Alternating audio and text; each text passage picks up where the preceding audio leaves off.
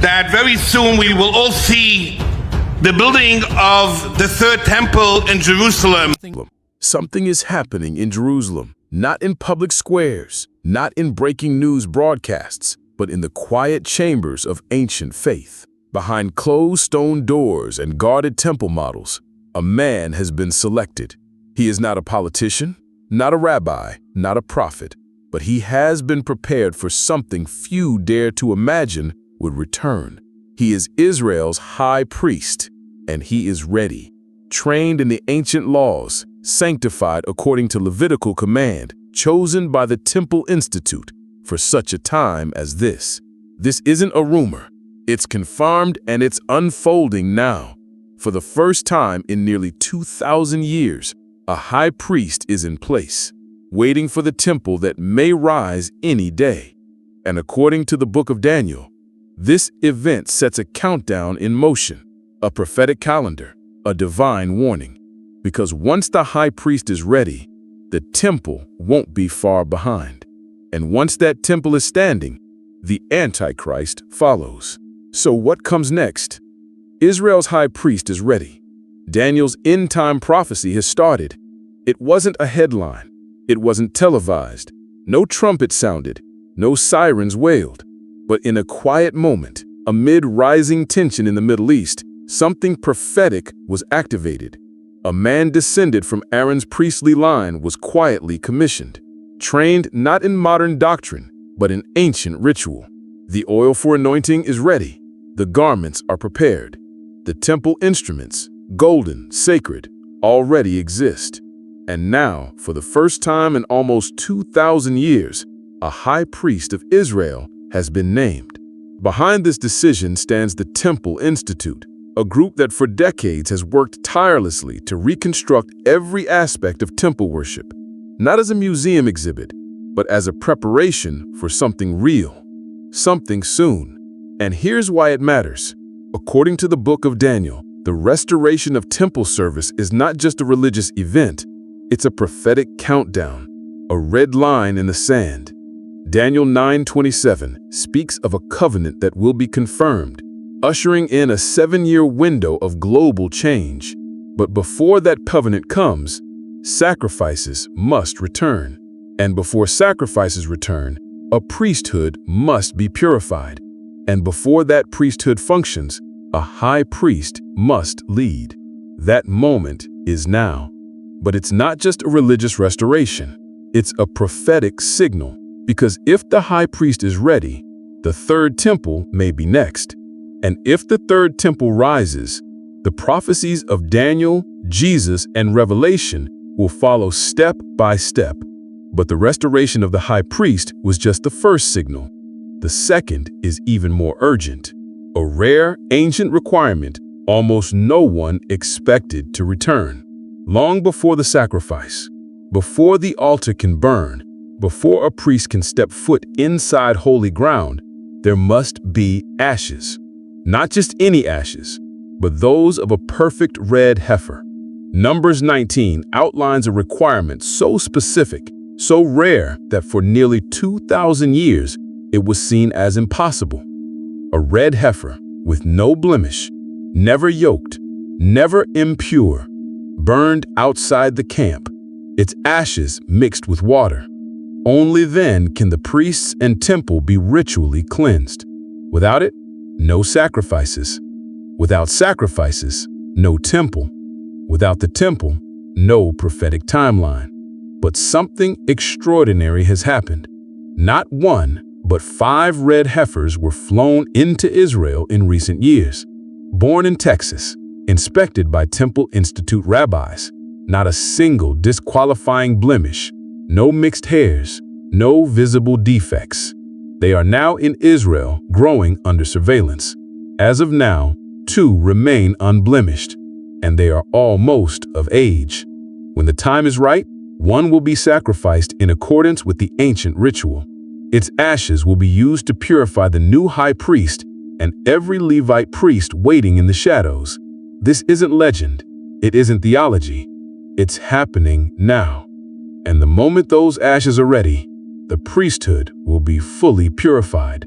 Let that settle in. because this means that every single barrier to rebuilding the temple is being removed, one prophetic piece at a time.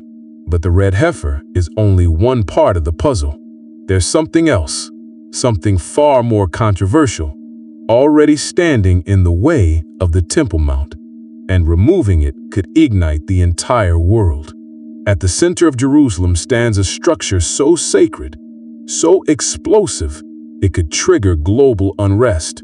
With a single move, the Dome of the Rock, built on the very site believed by Jews to be Mount Moriah, where Abraham offered Isaac, and where Solomon built the first temple.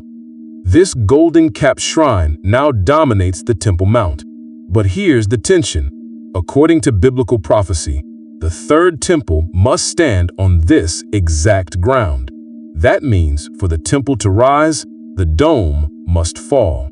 It's the unspoken conflict that simmers under global diplomacy. Israeli leaders won't say it. Islamic leaders fiercely defend it. But biblical prophecy whispers it loud and clear. Because for Daniel's prophecy to unfold, the holy place must be restored. And here's where it gets even more urgent. For decades, the idea of rebuilding the temple seemed impossible, politically, spiritually, geographically. But in recent years, growing numbers of Jewish activists, scholars, and priests have quietly shifted the conversation. No longer if, but when. Secret blueprints exist. Reconstruction materials have been secured. Stone cutting, altar assembly, even priestly chambers already mapped. Some even suggest that the original temple foundation lies directly beneath the dome, and radar imaging may support this. So what happens when a red heifer is sacrificed? When a purified priesthood is ready? When tension on the Temple Mount finally erupts? Will a global crisis be required to make space for the third temple? Because prophecy makes no room for compromise.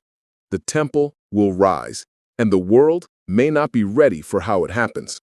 But there's one more piece of this prophetic puzzle. A mysterious verse in Daniel, a future agreement, and a figure who will break it with devastating consequences. It all begins with a covenant. Not a war, not an earthquake, a peace deal. In Daniel 9:27, the prophet writes, "He will confirm a covenant with many for 1/7. In the middle of the 7, he will put an end to sacrifice and offering." Scholars and prophecy teachers have wrestled with this verse for generations. Who is he? What is this covenant? And what happens when it's broken? Many believe this passage describes a 7-year peace agreement involving Israel and multiple nations, possibly brokered by a charismatic global leader. On the surface, it will appear to bring stability to a fragile region, a long-awaited solution for the Jewish state, a compromise welcomed by the world. But halfway through those 7 years, the mask drops. He will break the covenant. He will march into the holy place, the newly rebuilt temple, and desecrate it. Jesus himself warned of this in Matthew 24:15 when he referenced Daniel directly. So when you see standing in the holy place the abomination that causes desolation spoken of through the prophet Daniel, then let those who are in Judea flee to the mountains. This is more than symbolism. This is a countdown, and it begins the moment that covenant is signed. So here's the chilling thought. If Israel's high priest is ready, if the red heifer is prepared, if the Temple Institute has trained Levites and prepared every vessel, all that remains is the covenant, and the man bold enough to sign it. And once he does, there's no turning back. But what happens after he desecrates the temple? What chain of events will explode across the world? The Bible tells us in terrifying detail. The temple will stand again. Sacrifices will resume. Hope will fill the air. And then it will all shatter. In the exact middle of the 7-year period, the Antichrist will walk into the Holy of Holies, the most sacred part of the temple where only the high priest may enter. But he won't come to worship. He will come to declare war on heaven. Jesus warned us, when you see standing in the holy place the abomination that causes desolation, Then let those who are in Judea flee to the mountains. Matthew 24:15-16. The book of Revelation calls this the midpoint of the tribulation, a global spiritual and political shift unlike anything before. Here's what happens next. The Antichrist will stop all sacrifices. He will place an image, possibly of himself, in the temple. He will demand to be worshipped as God. Those who refuse will be hunted, tracked, killed. It won't be hidden. It will be televised, celebrated, forced. Revelation 13 says the false prophet will cause all, rich and poor, free and slave, to receive a mark on their right hand or forehead. No one can buy or sell unless they have the mark. This is the moment when the world crosses a line, not just political, not just religious, but eternal. Daniel said this would come. Jesus confirmed it. Revelation reveals it in full detail. And now, with Israel's high priest restored and red heifers alive and inspected, that prophetic trigger is closer than ever. But what about the church? Will believers witness this terror, or will they be taken first? The debate rages, and the answer could change everything. As the pieces of prophecy lock into place, temple vessels, red heifers, a high priest, one question haunts the faithful. Will we be here when it happens? This is the rapture debate, one of the most fiery, emotional, and dividing subjects in Christian eschatology. There are three primary views. Pre-tribulation rapture. This is the belief that Jesus will come before the 7-year tribulation begins. He will snatch away his church, sparing them from the horrors of the Antichrist's reign. For God has not appointed us to wrath. 1 Thessalonians 5:9. It's the most comforting view, one that assures believers they won't witness the abomination or take the mark. Mid-tribulation rapture. Others believe the rapture will occur in the middle of the tribulation, right before the Antichrist enters the temple. At the last trumpet, we will be changed. 1 Corinthians 15:52. This group expects to see some hardship, but not the full wrath of God. Post-tribulation rapture. The most sobering view. The church will endure the entire tribulation and be raptured after Jesus returns in glory. These believers point to Jesus' warnings. He who endures to the end will be saved. Matthew 24:13. They prepare not just for escape, but for endurance. So, who's right? Only God knows. But all three views agree on one thing. Jesus is coming back. And when he does, he will take his bride. Not 1 second too early, not 1 second too late. But while the church looks up, something else is happening down below, in a hidden chamber beneath Jerusalem, a room sealed for centuries. A prophetic object is stirring, and when it's revealed, it will rewrite everything. Beneath the old city of Jerusalem lies a labyrinth of ancient tunnels, hidden chambers, and sealed-off rooms. But one place stirs more curiosity than all others, under the dome of the rock.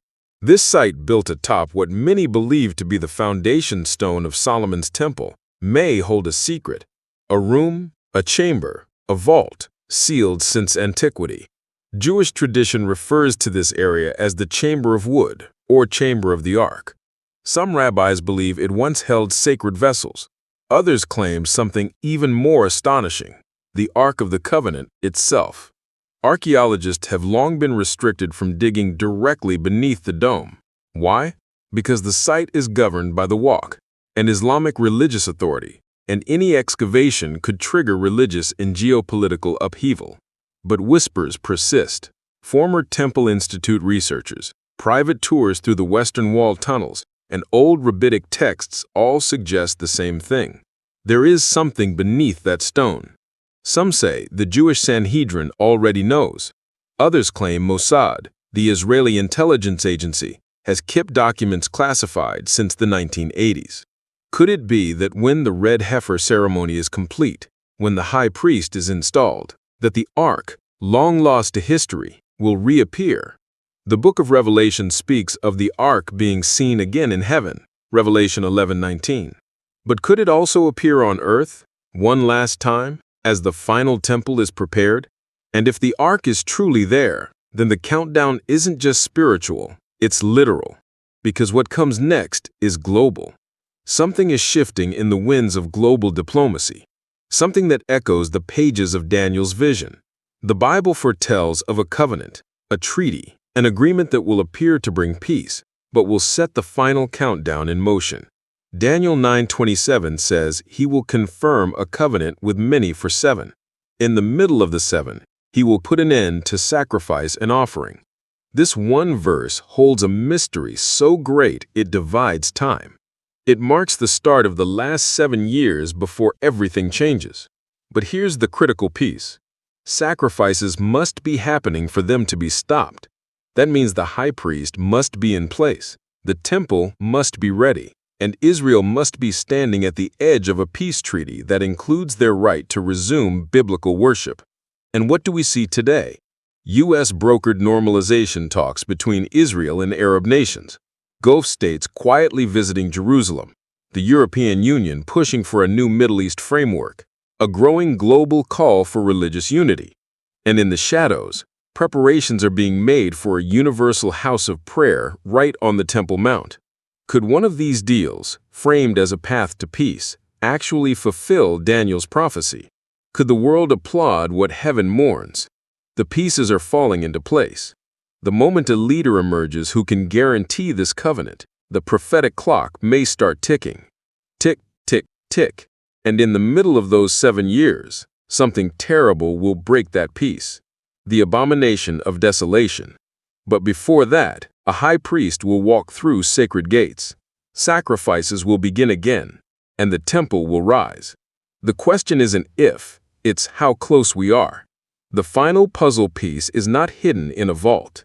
It is not buried beneath the Temple Mount. It is standing, breathing, waiting. A man born of the tribe of Levi, trained in ancient rituals, ready to take his place as Israel's high priest. Behind closed doors, he has rehearsed the Day of Atonement, memorized every sacred word, practiced every ancient movement. For the first time in nearly 2,000 years, the spiritual gatekeeper of Israel is no longer just a concept, he is real. And when the time is right, he will step forward. The red heifer is nearly old enough. The priesthood has been purified. The sacred vessels are ready. And now the high priest waits. When that day comes, and it will, there will be global headlines. Cameras will roll. Critics will shout. But prophecy will speak louder. Daniel saw it. Jesus confirmed it. Revelation completes it. This is not myth. This is not conspiracy. This is scripture unfolding like a scroll. And it's happening in our time. You are not born into this generation by accident. You are watching these events for a reason. The Lord is calling his people not to fear, but to readiness. The temple may rise in glory, but so too will a deceiver rise in darkness. And when he walks into that temple, claiming to be divine, the world will change forever. But for now, one question remains. Will you be ready when the trumpet